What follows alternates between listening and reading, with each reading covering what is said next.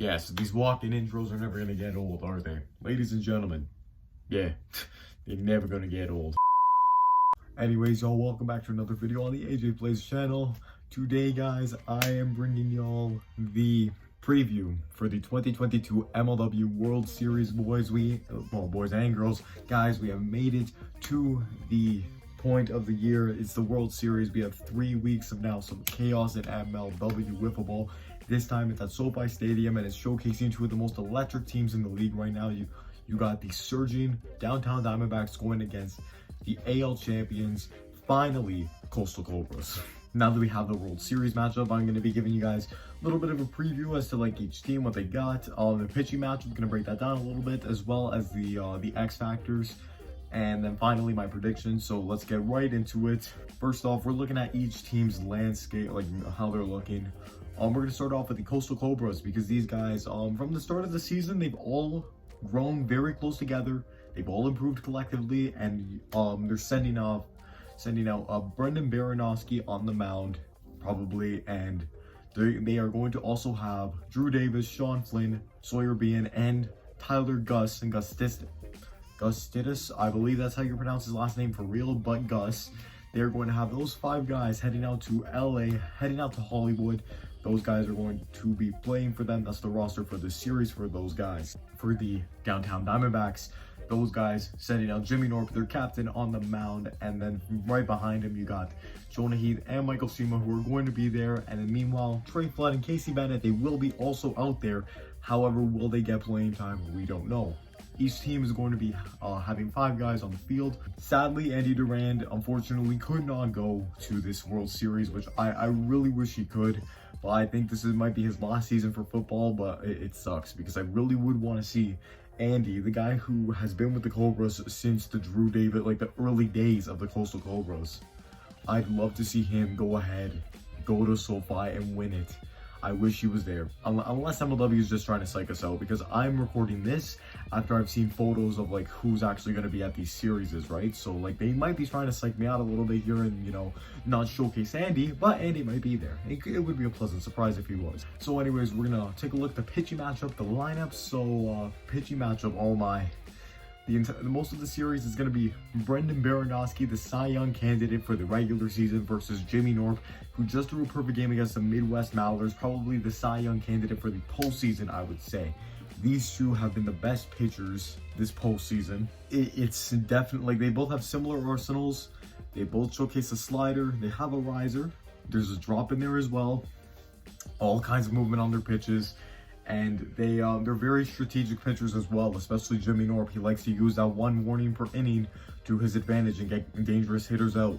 That's definitely a deadly pitching matchup when you put those 2 guys against each other. And then looking at the lineups, the primary lineup for the Cobras is definitely going to be Drew Davis, Sean Flynn, and Sawyer Bean. Those 3 guys who all have they all can hit for contact. They all can hit for power if they wanted to. And but the thing is, they all have this tendency where they can go cold sometimes. That's the problem with the Cobras. That's one of their flaws, that they can just randomly just go cold. Now, talking about the downtown Diamondbacks, you got Jimmy Norp going off to the mound. That lineup, Jimmy Norp, is probably going to be Jimmy Norp hitting, who is, as per usual, doing the Norp things that we all know and love. Like, he won the MVP last year for a reason. He's the reigning MVP for a reason. He's fantastic. Then you got Michael Shima, who's actually really heating up at the plate as of late. He's doing really well this postseason for the downtown Diamondbacks. And Jonah Heath, who as of late, he's been in a little bit of a funk, but we know how good Jonah Heath can be. Meanwhile, Casey Bennett and Trey Flood, they are both very on and off guys who are currently going to be like the reserves for this team in case there is an injury. One of them will slot into the lineup. Hopefully there is no injuries in this World Series, because that's the last thing any of these teams would probably want. Now we're going to dive right into the X factors for this series. There are 2. One of them for each team. Sawyer Bean and Jonah Heath. These 2 guys, mainly because they are the primary second pitchers for each team. Those 2 guys, they need to be ready, because that's going to be 5 games of wiffle ball within 2 days for Jonah Heath, for Jimmy Norp and Brendan Baranowski. Heath and Bean, respectively, got to be ready for their teams.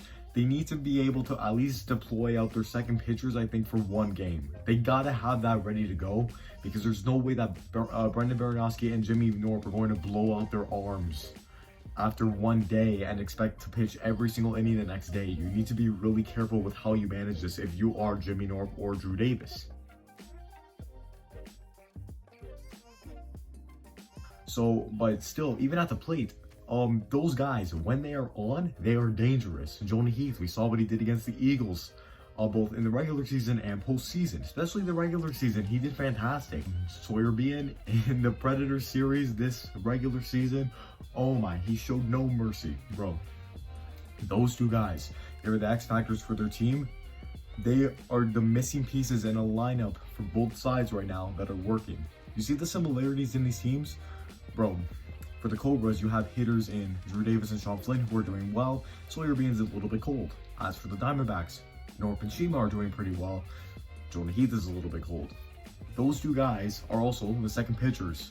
Those two guys are the X factors because they will be the difference makers, assuming they show up in the series and they do the job they were supposed to do.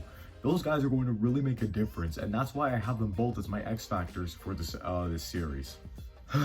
Finally, my prediction overall. I personally want to see this go to 5. 100% I want to see the series go to 5. And if it goes to 5, man, I got the Cobras. I'd love to see the D-backs go back-to-back. There's nothing wrong with them going back-to-back, but I want this year to be the year for the Cobras. I've said it multiple times, I've made multiple predictions, and it might actually come true that the Cobras can actually go ahead and find a way to get the job done and win the World Series. It's going to go to 5 games. I have a feeling it's going to go the distance, considering the way these guys have fought tooth and nail to the very end in the deciding Game 3 for both of their the ALCS and the NLCS to get to this point. They are going to fight tooth and nail. I think it's going to be Cobras win Game 1, D-backs 2, D-backs 3, Cobras 4, Cobras 5.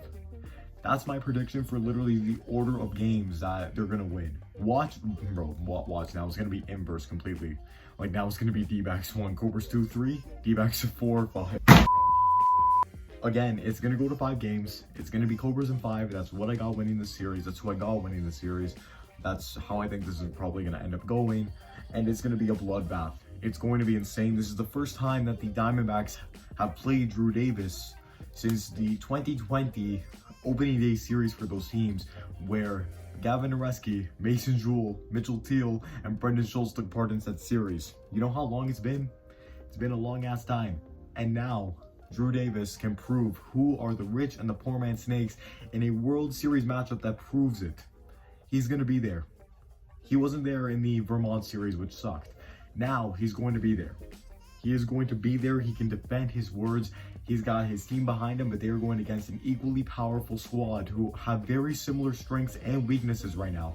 These two teams are so similar in their structure, with their star caliber ace, their consistent hitters, their X factors who are going to emerge as second pitchers, and also they need to, those same X factors have to do really well in the lineup to, get the lineup to become more complete. And they're still quality players on their benches.